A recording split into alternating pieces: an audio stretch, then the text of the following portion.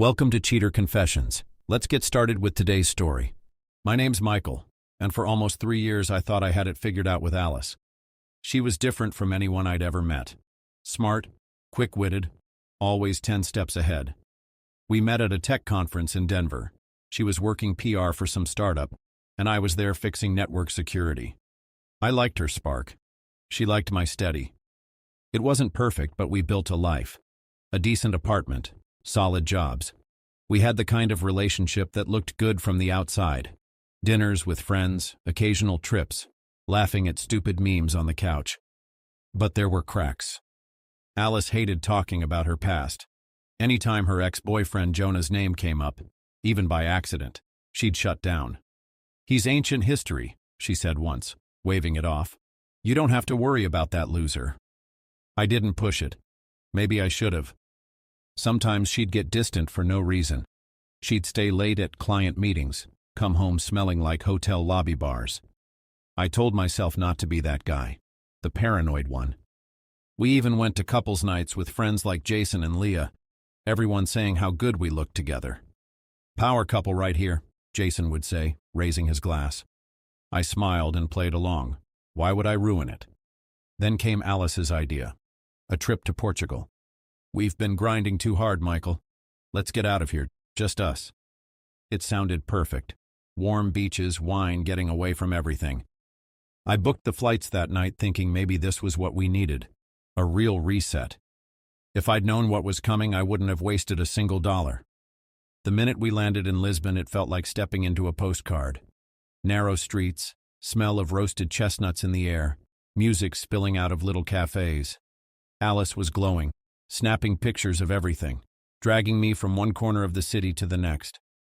For a while I let myself believe. We rode trams up steep hills, ate seafood by the water, stayed out late sipping cheap wine. Every time I caught her smiling at me across a table, a part of me relaxed. Maybe I had been overthinking. Maybe this trip was exactly what we needed. But about 3 days in, the old habit started creeping back.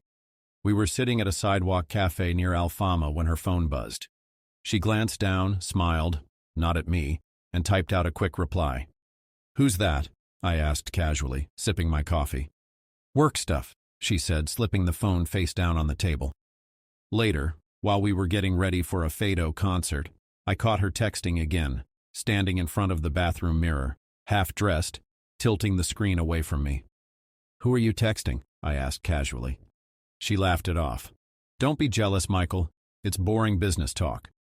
But her voice was a little too light, a little too careful. By the time we got to the concert, she was distracted, checking her phone every 10 minutes under the table. I told myself to let it go. We were supposed to be relaxing. Still, the feeling gnawed at me. That night, lying next to her in bed, I stared up at the ceiling while she drifted off. Her phone clutched to her chest like a life jacket. I couldn't shake the thought. Who was she really texting? I didn't have an answer yet, but deep down, I knew. I just didn't want to admit it. Not yet. The next morning, Alice was already dressed by the time I woke up. She stood at the mirror, brushing her hair, face bright, almost too bright. "I'm gonna check out that art district we read about," she said, keeping her eyes on her reflection. "You should sleep in. You look wiped." Her tone was off. Light, forced, like she'd rehearsed it. I sat up slowly. "You sure you don't want me to come?" She gave a tight laugh, slinging her crossbody bag over her shoulder. "Nah, you hate art galleries. I'll be quick." She leaned down, kissed my forehead like I was a kid about to nap, and breezed out the door. I stared after her for a second, thinking. Then I grabbed my phone. Before the trip, we'd set up a location-sharing app. "Safety first," she said. I opened it. Her dot blinked on the map. She wasn't heading toward the art district. She was moving across the city, toward the waterfront. I sat there, heart pounding, debating for about 5 seconds. Then I shoved my sneakers on and followed. The tram ride felt endless. Every bump in the tracks made my jaw clench tighter. When I got close to the harbor, I ducked into a tourist shop and checked the map again. Alice's dot had stopped at a small cafe by the docks. I crossed the street slowly, keeping my head down. And there she was, sitting outside at a corner table, leaning in close to a man with sandy hair and a leather jacket, laughing, touching his wrist. I recognized him immediately.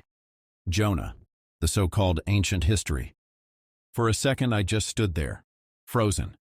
What the hell was he doing here? I hadn't even known he was in Portugal. She never said a word. I watched them. They didn't notice me. They were too wrapped up in each other, smiling like old secrets.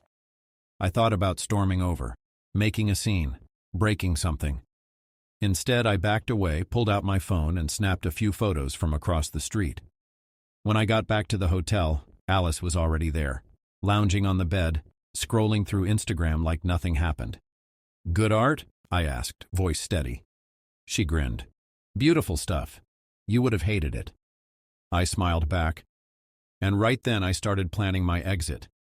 That night I barely slept. Alice curled up next to me like nothing was wrong, mumbling in her sleep. I stared at the ceiling, cold and wide awake. By morning I knew what I had to do. While she was in the shower, I unlocked her phone. We'd always known each other's passcodes. Trust, right? I wasn't proud of it, but I needed proof. It took about 30 seconds to find what I was looking for. Messages from Jonah. Dozens. Some recent, some months old. "Can't wait to see you again. This time's different. I'm booking the restaurant you love." Her replies were worse. "I miss you." Counting the days. Michael's clueless. I sat there, phone heavy in my hand, feeling like a fool. She hadn't just bumped into him. She'd planned all of it. The trip wasn't for us. It was a cover, a way for her to sneak Jonah into Portugal too. Different country, same lies. They were planning to keep sneaking around while I played the fool. I quickly forwarded the entire conversation to my own phone. Every message, every timestamp. Then I deleted the conversation between us from her phone, making sure it looked untouched. No reason to tip her off early. When Alice stepped out of the bathroom, towel wrapped around her, she caught me sitting there, phone still in my hand. "You good?" she asked, smiling. "Yeah," I said, sliding her phone onto the nightstand. "Just thinking we should do something different today. Something fun." She lit up. "Finally, you're loosening up." I smiled back. Inside, I was already gone. Later, while she chattered about plans over breakfast, I booked an early flight back home on my phone under the table. One seat. Nothing left to say. I called the hotel front desk too, arranging to cancel the room after tonight. "Emergency," I told them. "Family thing." It felt surreal, moving through it all. My face stayed calm, even friendly. Alice had no idea. That night, when she fell asleep next to me, I packed my bag slowly and quietly. Passport, charger, wallet, everything important. Before I left, I sat down at the little desk by the window and wrote a note. Short, to the point. "Alice, I know, I saw everything. Enjoy Lisbon. You won't hear from me again. Michael." I folded it in half and left it on her pillow. Then I walked out without looking back. The plane ride home was quiet. I stared out the window the whole way, feeling lighter with every mile between me and Lisbon. No texts, no calls. I blocked Alice before I even boarded. By the time I landed back in Chicago, my phone was already blowing up. Unknown numbers, random texts, missed calls. I ignored them all. I knew exactly what I needed to do. First, I transferred all the money out of our joint accounts into my private one. Every last dollar. Then I changed the locks on the apartment. Called a locksmith before I even dropped my bags. After that, I packed up all of Alice's stuff into boxes. Clothes, shoes, makeup, anything she had, and left them outside the door. Then I locked the door behind me and sat down on the couch, breathing in the quiet. 2 days later, Alice came back. I heard the knock first, then the jingle of keys at the lock, and then louder banging when she realized her key didn't work anymore. "Michael, open the door!" she shouted, voice high and shaky. I didn't move, just sat there in the dark, listening.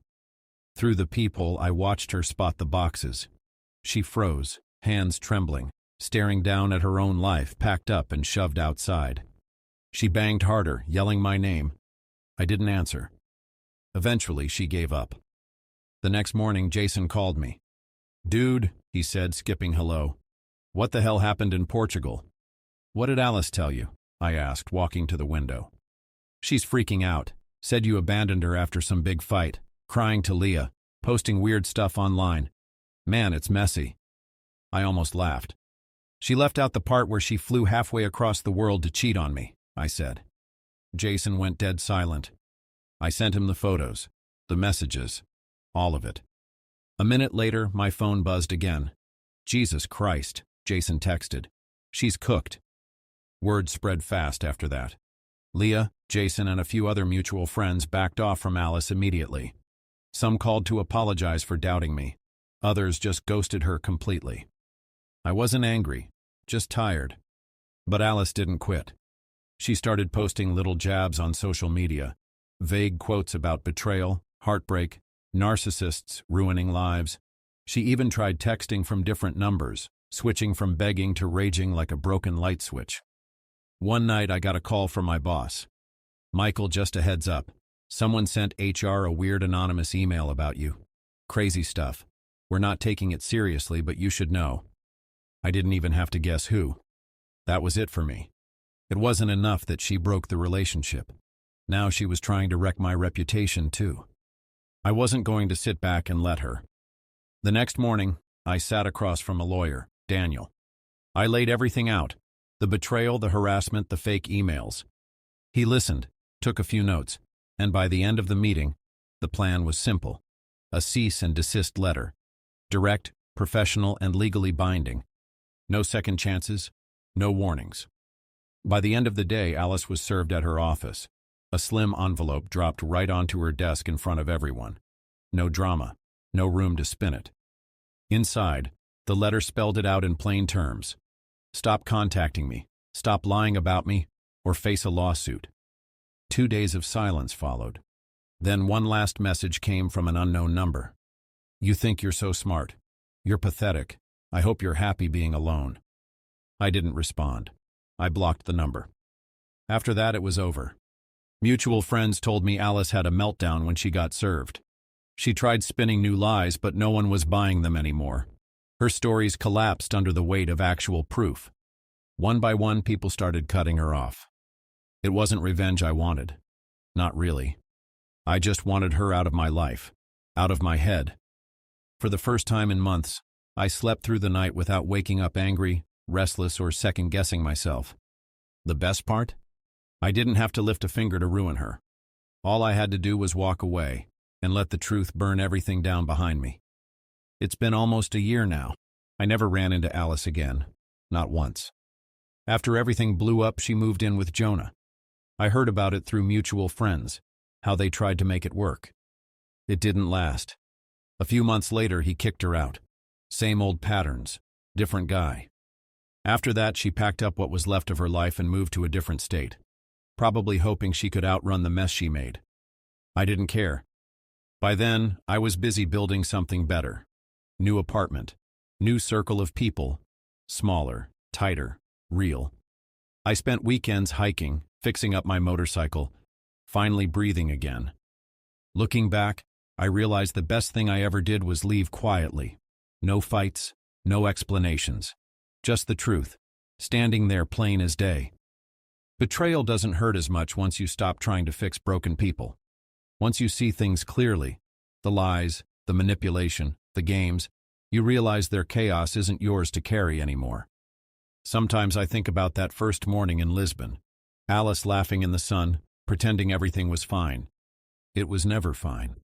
The real reset wasn't that trip. It was walking away and not looking back. Now, when I think of her, it's just background noise. Distant, forgettable.